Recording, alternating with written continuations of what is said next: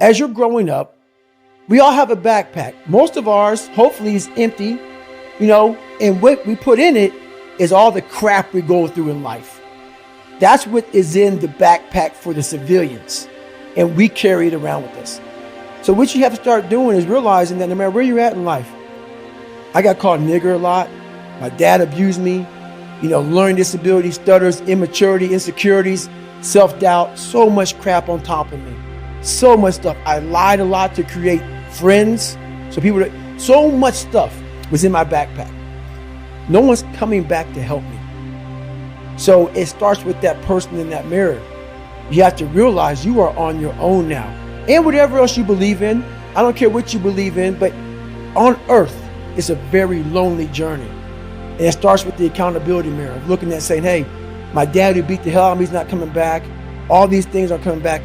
I have to face myself. And you have to own all those things that people may have done to you. Now it's yours. You got to own it. And it's yours now to fix the problems that people did to you. It makes no sense. It's not fair. I get it. But if you live in that woe is me mentality of guess what? My dad did this to me. My mom did this to me. People who bully did this to me. You're going to always live right there. You have to figure out ways to move forward because you're not coming back. And it starts with the mirror. During my senior year in high school in Brazil, all I cared about was working out, playing basketball, and studying. And it was the accountability mirror that kept me motivated to keep pushing towards something better. I woke up before dawn and started going to the MCAW most mornings at 5 a.m. before school to hit the weights. I ran all the damn time, usually around the local golf course after dark. One night, I ran 13 miles, the most I'd ever run in my entire life. On that run, I came to a familiar intersection. It was the same street where that redneck had pulled a gun on me. I avoided it and ran on, covering a half mile in the opposite direction before something told me to turn back. When I arrived at that intersection a second time, I stopped and contemplated it. I was scared shitless of that street. My heart was leaping from my chest, which is exactly why I suddenly started charging down its fucking throat. Within seconds, 2 snarling dogs got loose and chased me as the woods leaned in on both sides. It was all I could do to stay a step ahead of the beasts. I kept expecting that truck to reappear and run me the fuck down like some scene from Mississippi circa 1965, but I kept running faster and faster until I was breathless. Eventually, the hounds of hell gave up and loped off, and it was just me, the rhythm and steam of my breath, and that deep country quiet. It was cleansing. By the time I turned back, my fear was gone. I owned that fucking street. From then on, I brainwashed myself into craving discomfort. If it was raining, I would go run. Whenever it started snowing, my mind would say, get your fucking running shoes on. Sometimes I wussed out and had to deal with it at the accountability mirror. But facing that mirror, facing myself, motivated me to fight through uncomfortable experiences, and as a result, I became tougher. And being tough and resilient helped me meet my goals. Nothing was as hard for me as learning. The kitchen table became my all-day, all-night study hall. After I'd failed the ASVAB a second time, my mother realized that I was serious about the Air Force. So she found me a tutor who helped me figure out a system I could use to learn. That system was memorization. I couldn't learn just by scratching a few notes and memorizing those. I had to read a textbook and write each page down in my notebook, then do it again a second and third time. That's how knowledge stuck to the mirror of my mind. Not through learning, but through transcription, memorization, and recall. I did that for English. I did that for history. I wrote out and memorized formulas for algebra. If my tutor took an hour to teach me a lesson, I had to go back over my notes from that session for 6 hours to lock it in. My personal study hall schedule and goals became post-it notes on my accountability mirror. And guess what happened? I developed an obsession for learning. Over 6 months, I went from having a 4th grade reading level to that of a senior in high school. My vocabulary mushroomed. I wrote out thousands of flashcards and went over them for hours, days, and weeks. I did the same for mathematical formulas. Part of it was survival instinct. I damn sure wasn't going to get into college based on academics, and though I was a starter on the varsity basketball team my senior year, no college scouts knew my name. All I knew was that I had to get the f*** out of Brazil, Indiana, that the military was my best chance, and to get there, I had to pass the ASVAB. On my third try, I met the minimum standard for the Air Force. Living with purpose changed everything for me, at least in the short term. During my senior year in high school, studying and working out gave my mind so much energy that hate flaked from my soul like used up snakeskin. The resentment I held toward the racists in Brazil, the emotion that had dominated me and was burning me up inside dissipated because I'd finally considered the fucking source. I looked at the people who were making me feel uncomfortable and realized how uncomfortable they were in their own skin. To make fun of or try to intimidate someone they didn't even know based on race alone was a clear indication that something was very wrong with them. Not me. But when you have no confidence, it becomes easy to value other people's opinions. And I was valuing everyone's opinion without considering the minds that generated them. That sounds silly, but it's an easy trap to fall into, especially when you are insecure on top of being the only. As soon as I made that connection, being upset with them was not worth my time. Because if I was going to kick their ass in life, and I had way too much shit to do. Each insult or dismissive gesture became more fuel for the engine revving inside me. By the time I graduated, I knew that the confidence I'd managed to develop didn't come from a perfect family or God-given talent. It came from personal accountability, which brought me self-respect, and self-respect will always light a way forward. For me, it lit up a path straight out of Brazil, forever. But I didn't get away clean. When you transcend a place and time that has challenged you to the core, it can feel like you've won a war. Don't fall for that mirage. Your past, your deepest fears have a way of going dormant before springing back to life at double strength. You must remain vigilant. It took several years for me to figure out who the devil was, and the devil was my father. The devil was my father, but what I didn't put and never finished was the devil really was me. So what happened was I put all this blame, and trust me, my father and a lot of people had to do with my upbringing on how it was. But like I put in that book, no one's going to come back and say, hey man, I apologize. Maybe someone does. Very few people will. So at the end of the day, when all things are said and done with, while my dad was the devil, and I believed that for a long time, I had to confront him.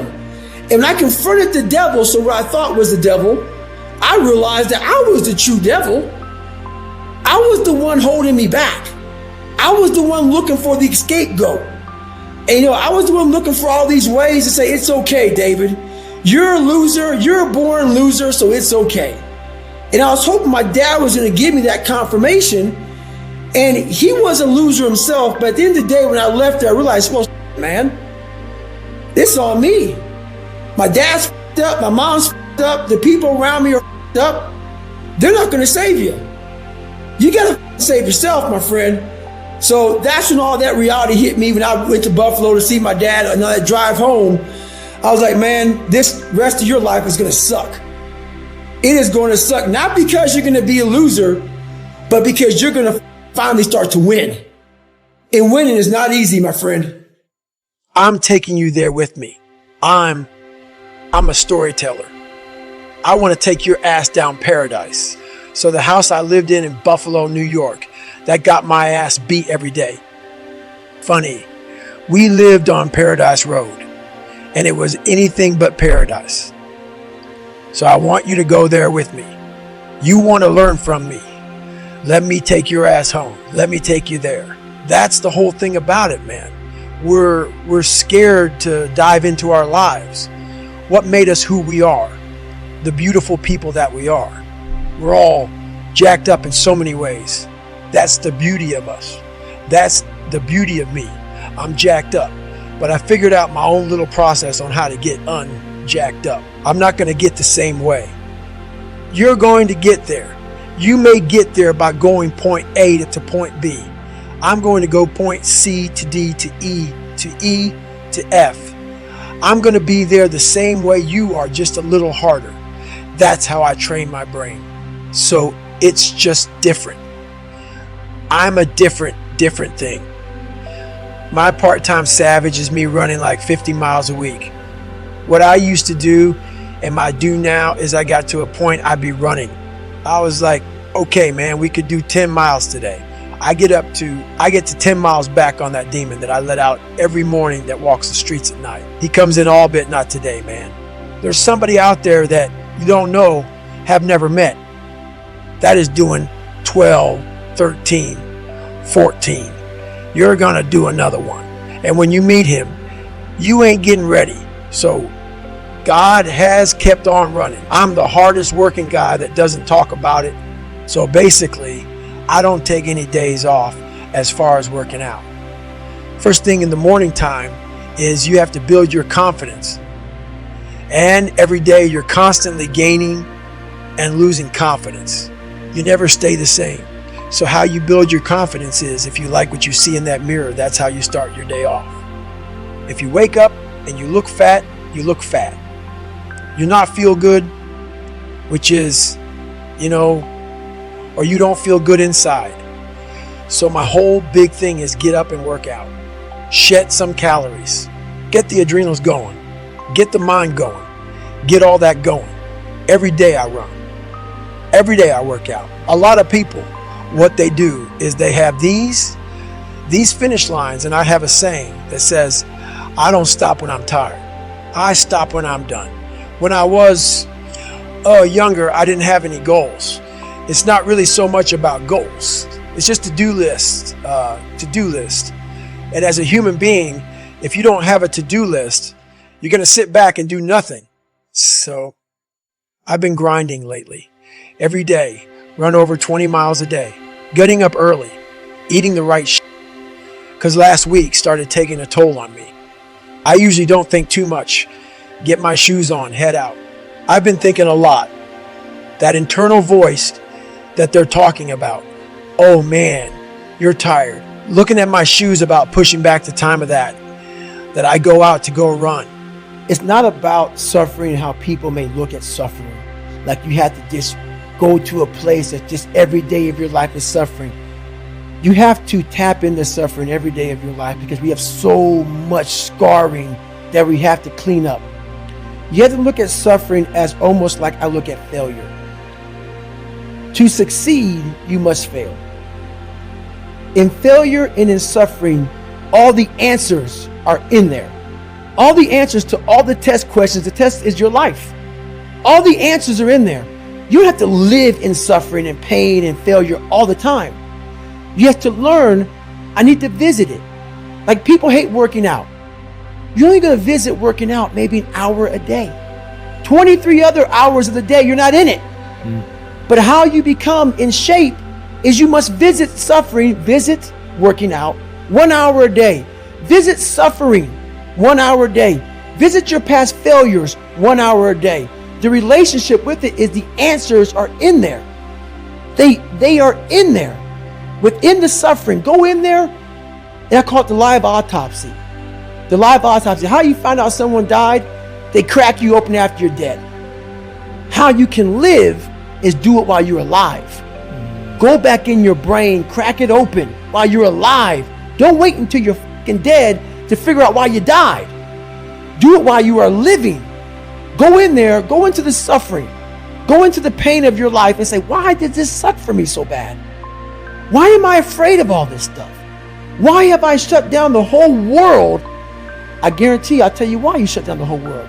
It's in these nooks of the suffering within your brain, in the scarring, are all the answers to why you are on the couch feeling sorry for yourself. They lie within the scars. Visit them for at least an hour a day. Study them. And then you'll find out more about yourself. You will then grow. So don't look at it as every day I suffer. Go into it an hour a day. Learn from yourself, learn from life, learn from your failures, learn from your insecurities, learn from your self-doubt. Don't just say, I'm afraid to jump off an airplane. What makes you afraid of it? Study it. That's why I studied my mind. Why I became so powerful in the mind, because I realized I was weak. So instead of running away from the mind, I dove into it and said, what is making me weak? Oh, this makes sense. I came from hell. I came from a place that beat me down to nothing, which is why I'm afraid. All this makes sense. So systematically, one by one, I went back and met every single person in my mind, every situation. I went one-on-one with them again in my mind and said, okay, let's now revisit this. And that's how you do it. That's how it works.